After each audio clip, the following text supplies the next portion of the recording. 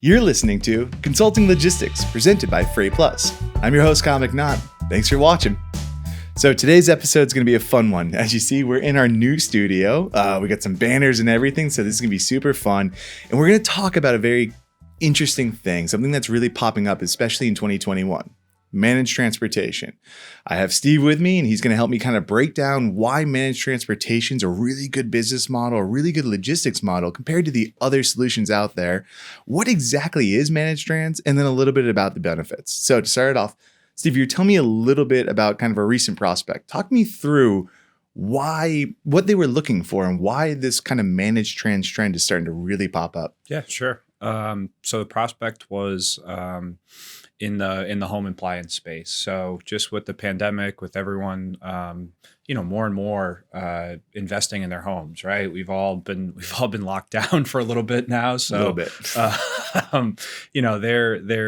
people are investing in their homes, they're building things, and this company was expecting 3x growth this year. So they're having a lot of challenges in terms of getting trucks, finding reliable capacity, and they came to us, kind of with our background as consultants and said, hey, are there any large national trucking companies that would be a single source for us? So what they wanted was, staged tractors, trailers, their warehouse is getting a little bit filled up. And they were really looking for, one kind of trucking company to act as that control tower to help them move freight around the country. I think, that makes a lot of sense, right? Like when I first started and came into the business, 5 years ago, you'd look at these truckload lanes and you'd be like, why won't Werner take it? Why won't Swift take it? Right? Like, why won't these big, large trucking companies, be a single source? That's what we wanted for our clients right away. And really the shorter answer is that it doesn't fit their model, right? You don't have enough volume.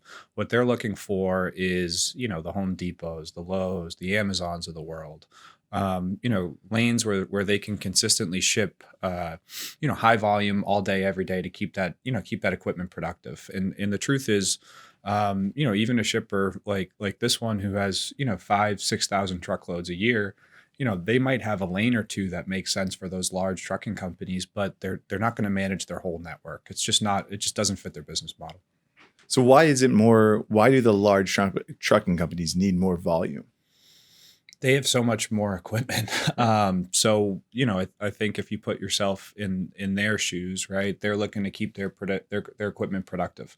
They want to know to start their day and to start their week and to start their month, what lanes their equipment's going to be traveling in. Because, this is operations where we deal with physical goods, physical products, trucks. And so people want to understand, and a key, the ability to plan is really important for these companies. So, I think the volume there, and the predictability there of those large customers with dense, kind of continuous lanes allows them to keep their equipment really productive, which means, more efficiency, more money, predictable revenue, and profitable revenue for them. Now, what about the brokers, though? Like if the large trucking companies don't want to do it, the freight forwarders would be the ones that would take it on, or why is that not a solution for them? Yeah, I mean, that is kind of what we see a lot in the industry is we'll see, we'll see a shipper of that size, a growing shipper, fast growing shipper, maybe a company that does $3, $4, $5, $6, $7, $800 million a year in sales. And what we see a lot is that they rely pretty heavily on brokers to manage their transportation because they can't get those large, trucking relationships. And sometimes we see a blend too, right? Like, sometimes they'll have a couple of relationships with large asset trucking companies, maybe some LTL relationships, and then they'll heavily mix towards brokers. So we've seen a bunch of different things over the year, but that's, usually what ends up happening is they end up relying pretty heavily on brokers. Right. And that just becomes more complicated because you're adding a third person in the middle of it. And like the original prospect said, I just want one person to handle this. Yeah, totally. I think in a lot of times, we end up seeing multiple different brokers and they're in that, that kind of auction environment that we talk about, right? It's pretty typical. It's something that we see a lot of is a manufacturer distributor will have a relationship maybe with 5, 6, 7, 8 different brokers. And every day, they'll come to that set of brokers and say, here's my shipments for the day, for the week, for the month, however they, whatever their process is, right? And they'll kind of treat their transportation program like an auction. They'll auction it out. They'll try to find competitive rates, and that's really one of the key ways that they make decisions about broker selection and carrier selection. So let's talk. What is the difference between the long-term partnership with a managed transportation solution provider like we provide compared to that kind of traditional freight brokerage? What's the difference with it? Sure. So I think the way that we tend to talk about it is kind of transactional and then strategic. So for us as a managed transportation provider, we really have a long-term vision, right? So I think if you go quickly back to kind of that auction environment, right? One of the problems it creates for brokers, for trucking companies, for everyone is on any given day, no one really knows the channel that the freight's going to go through, right? And so, that causes a lot of confusion between brokers. It makes it hard to find and vet and source long-term relationships with carriers, specific to that account. And the other thing I think is there are some challenges on the technology side that we can talk to. But I think, the first and the fundamental difference is, we are, as a managed transportation provider, we want to be your long-term partner. So, and that's really always been in our blood, right? If you look at the company that started in 1988, 3 out of the first 5 customers that we ever worked with, we still have a relationship with today. So, I think long-term partnerships, partnerships that drive cost savings, that drive efficiency, that are technology driven these days. Those are the types of relationships that we want to create. And managed transportation gives us the opportunity to do that. So why managed trans is good for manufacturers and distributors. I think for a lot of companies, especially in the markets that we serve, again, kind of focused on growing companies, on middle market companies, not necessarily the Fortune 500, Fortune 100, right? They struggle a lot with sourcing and vetting technology and then standing it up and maintaining it, right? And so out of all of the hierarchies of needs for these shippers, like transportation's big and it's an opportunity to save money and do things efficiently, but it might not be number one, right? So typically it for a lot of organizations, they tend to prioritize other things, ERPs, warehouse management systems, other types of technology that aren't TMS. And so, I think one of the big benefits to working with a managed transportation provider like us is, that's really what we've been doing for the last 4 years is standing that TMS. There's a lot of emerging technologies in transportation. A lot of VC money has come in over the last 2-3 years. Mm-hmm. And I think, as if we put our consultant hats back on for a minute,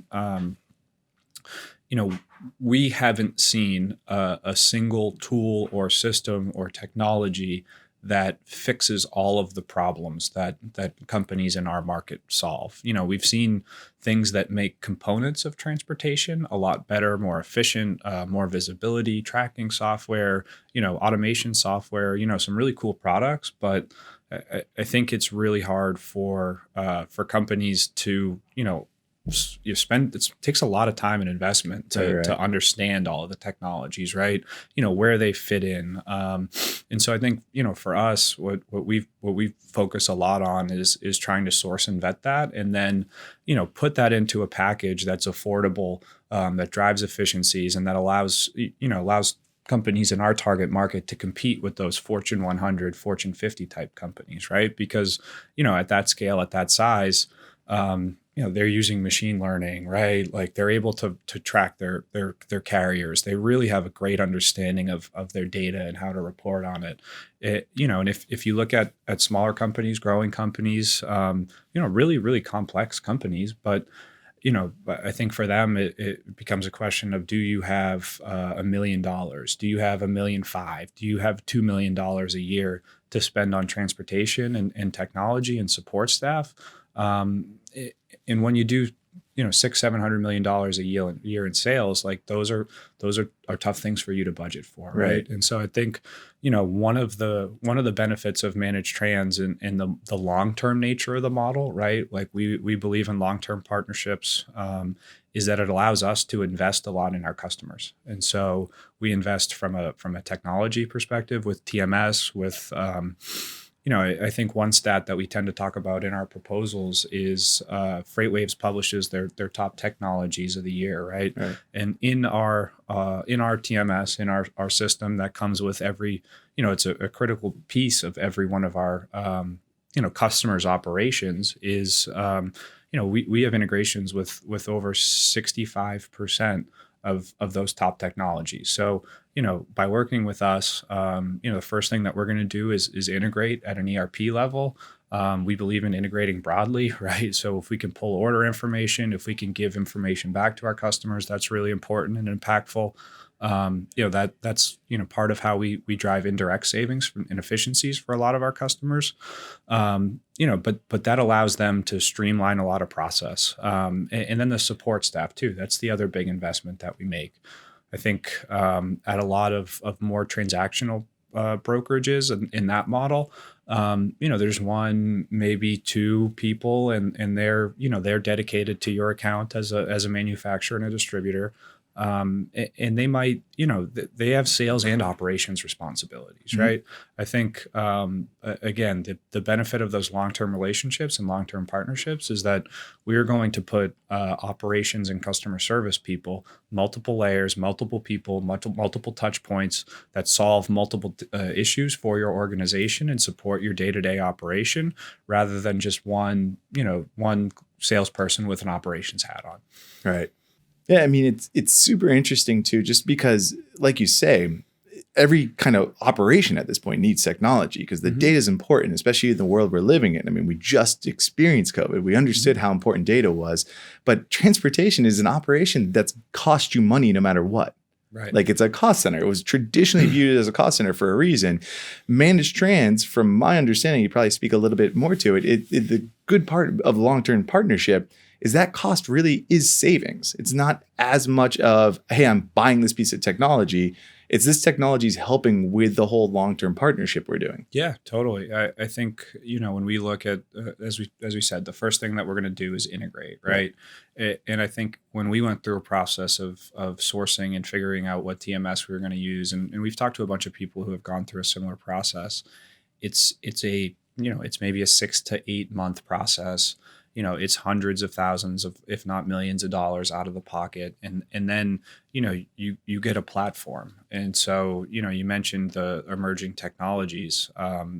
You need a lot of support, and you need a lot of tools, and you need a lot of integration capabilities and, and support staff in order to set that thing up the right way to get the results that you want. And I think, again, that's kind of been the theme that we've seen in technology is it's module and component driven, right? So there's a great potentially there's a great tracking software, or there's a great carrier sourcing software. There's a great analytics software, but there's not really one tool that ties a lot of that together. And so I think that's really our goal as managed trans is to continuously be sourcing, vetting, building, integrating technology so that we have a world-class TMS that we can offer to our customers, integrating that with all of their systems so that they can experience all the benefits that these emerging technologies have, right? And then finding great people and really, training them and trying to build those long-term human relationships too, right? So it's a fun business, honestly, because there's a lot to it. There's a bunch of different things that we talk about and focus on each day. But I think at the end of the day, you're able to, from a shippers and a manufacturer perspective, you're able to get a lot of additional information, right? You're able to really increase your process when it comes to things like bids, right? When we see a company that maybe is working with 6 to 8 brokers in a very transactional way, typically they don't have any technology, right? They're already outsourcing their transportation program, but I think for them it becomes a question of what are you getting back, right? And so yes, we are totally an outsourced managed transportation partner, right? But for that, you're going to get technology, support staff, market intelligence, BI, really a forward-looking, future-looking view of the markets that we live in. I think we all experienced how quickly they can change. Last year, right? Still experiencing it, right? And so I think, increasingly having a strong partner who's capable of managing that and operating in your best interest. And part of the way that we work on is we show people through data how we're operating in their best interest, right? So I think it's increasingly complex, and there's increasingly more things that you have to do to be great at transportation, and it's really difficult for a lot of companies to get their head around that. And that's really the value of managed trans, is we're able to streamline that a lot really, really quickly. Streamline and customize. I think that's one of the biggest differences, right? You talk about there isn't that one size fits all transportation that you can buy because it needs customization. You buy a TMS, you find out, hey, out of the box, they do all these things, but it doesn't work in my environment. My environment's unique. Everyone's environment's unique. Yeah. The long-term partnership creates customization, which is really interesting. Totally. There's absolutely a level of customization. So if you start on the software end, right? The integrations are always different. I think the reporting requirements and the analytics are always different. The operations are always different. So there's absolutely a lot of customization that happens at the beginning. I think where managed trans really shines, though, is again, it's all about those long-term partnerships. It's all about aligning, our staff and your staff to get the desired results. And so if you imagine after a year, 2 years, 3 years, 5 years of working with the same people, we're able to collect an enormous amount of data and information about your company, right?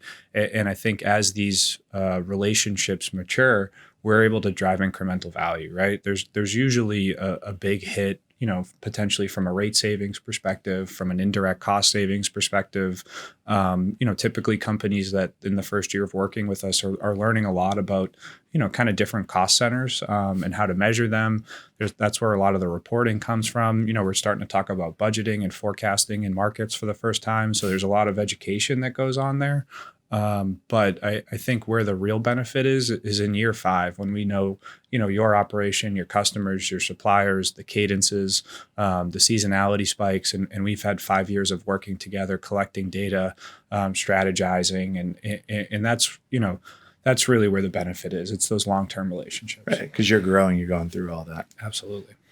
So the technology just makes a ton of sense. But back to sort of your point about the prospect and stuff. I mean, talk to me a little bit about why managed trans really helps with the idea of service, because I think that was another thing with COVID was the idea, your brand is everywhere, and it really, logistics is where that thing gets touched all the time. Yep. Why does a company want the same carrier coming to their docks? Why is it so important to that? And why does a managed trans provide that versus that kind of traditional brokerage? Yeah, totally. I think it helps almost to start with the before model.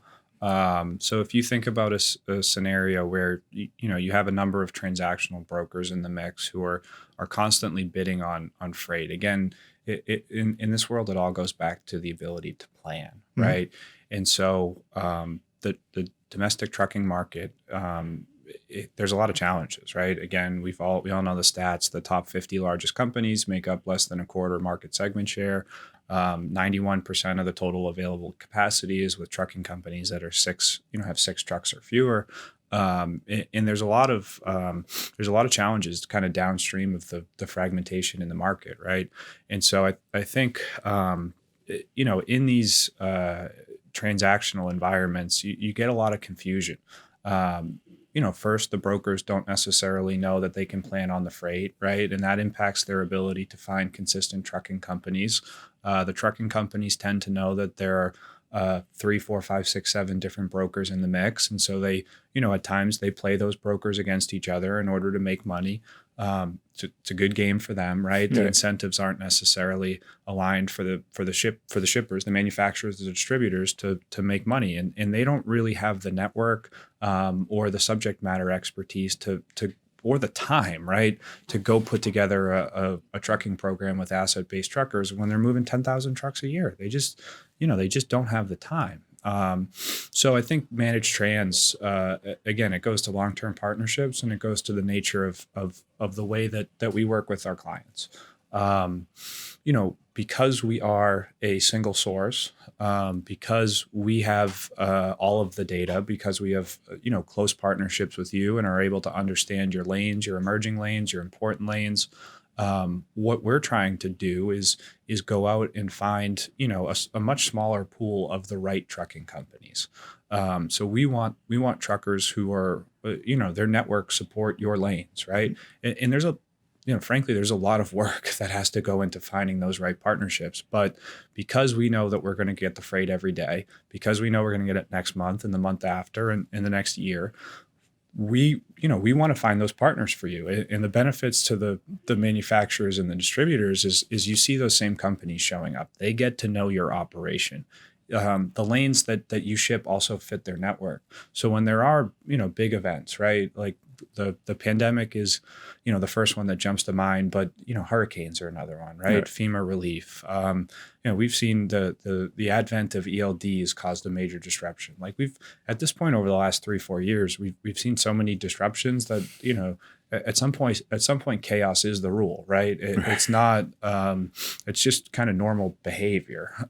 So when you have those long-term partnerships, when they're mutually beneficial relationships between the manufacturers, the distributors, the retailers, and the trucking company, because it does fit their network, typically what you see is lower cost. You see higher service. So when things go wrong, those aren't typically the carriers that are going to jet and leave you behind. And the trucking companies start to build relationships with the warehouses, with the docks, with the facilities. They understand the facilities, how they work, and you get a lot of benefit there. So I think, that's really our job is to source and vet and implement great long-term partnerships on the trucking side for the manufacturers and distributors. It's also, especially you talk that whole multiple touches at all levels. I mean, that's where you get another teammate, someone who's on your corner. I mean, totally. Especially in the managed trans, I hear that a lot when we talk to our clients of like, I got Donna coming after you if something happens. I mean, that's valuable. Yeah, totally. And Donna knows exactly how your operation works, right? Because she's been working with you for 6 months, 18 months, 24 months, whatever it is. So yeah, there's a lot of benefit, in our staff. And I think the last point is just, we started the conversation with technology, but repeat business, whether it's between us and the manufacturer, the distributor, whether it's between the trucking company and us, the trucking company and the manufacturer and distributor, repeat business always allows for greater investment, right? So it affords us the opportunity to really, do some neat things from a technology perspective that, hey, maybe that independent operator who's going to run that lane once a year, twice a year, 5 times a year, 10 times a year, he's just not willing or capable of making that type of investment. But if that lane's going to move 500 times and you're going to get it every day, right, that the trucking companies have a different perspective on it. So I think it's all about, kind of thinking long term, thinking about the right types of partnerships, and then rolling up your sleeves and making a bunch of calls and having a bunch of conversations and finding the right partners. And the other thing with managed trans, or at least kind of our approach to managed trans, is the type of carrier we're selecting. I think that's one of the big things. I mean, you talk about like hurricanes and all these kind of new normals we're experiencing where, listen, I just got to make my bread. That's kind of happens when you work with sort of those lower cost carriers that are just trying to move because like, hey, I got 5 trucks, I got 6 trucks, I got to go. Right. What type of carrier do we kind of typically partner with as a managed trans provider? Totally. I think what you're talking about is more the independent operators, right? And you just have to think a little bit about, an independent operator versus maybe a trucking company with 25, 50, 100 trucks, right? So, just like we have an ideal customer profile, we have an ideal carrier profile. So typically we're looking for trucking companies with between 10 and 200 trucks. And at that stage for a trucking company, you can't just manage your movement, you have to manage your network. Right. And so it goes back to, Kind of that statement that we had before of it's our job as a managed trans provider to find those long-term partners whose network fits your network, right? We need to find the network overlap and to find the right partners.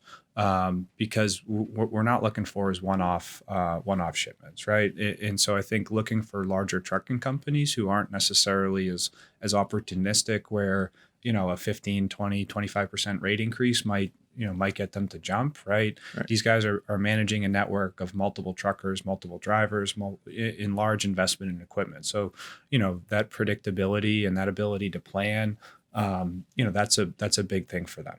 So I think the final point that I want to talk about, especially when it comes to managed trans providers, is that idea you talked a little bit earlier about of where you really get excited is when it's 5 years from now, because it's not just the technology and the customer service you brought, but it's kind of the process that managed trans really brings to a growing company. Talk a little bit more about that for me. Yeah, sure. I think process is a good word to start. Again, these companies are growing fast. They have a lot on their plate. They have large staffs, they have complex organizations, and sometimes they're managing that across, 5, 6, 7 different facilities across the country. So there's an enormous level of complexity there. And again, transportation, I think, typically has been thought of as a cost center, right? Mm-hmm. It's just a cost of doing business a little bit. And so what I think one of the first things that we're going to bring is a lot of process, process around technology, SOPs in terms of roles and responsibilities for each component of kind of the transportation program, right? And I think a lot of that comes from our consulting background. For 30 years, we were consultants in the space, and I think what we saw as consultants who were working with a bunch of different companies is there weren't a ton of companies with intermediaries with the ability to think long term, right? There's a lot of transactional brokerage companies were able to grow really, really quickly. But they weren't able to serve a lot of the different needs that the customers have, right? And so I think, as you think about managed transportation, really, what we're able to do, because we're not looking at, we're not looking for 1 year or 1 day or the next month, right? We're planning for the next year, the next five years, the next 10 years. And so, what the benefit is to you is that you're really able to get a firm understanding of your costs, right? I think a lot of our partners, we weren't able to understand cost maybe at a shipment level, at a customer level, at a supplier level. They had trouble with things like accruals, right? So again, you're able to control costs, you're able to understand your costs, which turns into better decisions, right? Data-driven decisions. I think data-driven decision making has been a buzzword for 10 years now, right? But I think for a lot of companies, it's really hard and expensive to get their arms around that data. So how can we be a partner that helps solve a problem, right? Help them make better decisions. And I think that's the benefit. Yeah, I mean, hey, we put it on the sign for a reason, right? Yeah, boost visibility, right? Boost tracking, right? All that stuff.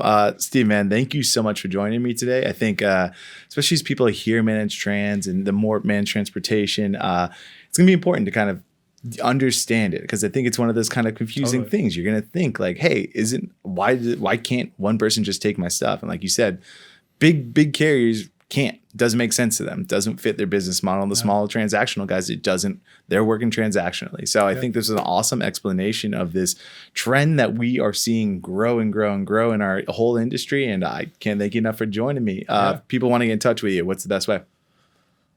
LinkedIn, probably. I think LinkedIn is always a great place to get in touch with me. I check LinkedIn way too many times per day. So you can, check out our FreightPlus page, follow us, and you can find me right there on there at Stephen Aborn. Absolutely. And we'll include links in the show notes. Again, FreightPlus.io for everything about us, all the videos, everything online. Great location. Just get started. And if you liked what we talked about, man, trans, that's the place to go. Or email Steve or I directly, saborn@freightplus.io, kmcnaught@freightplus.io. Steve, thanks for joining me today. Thank you.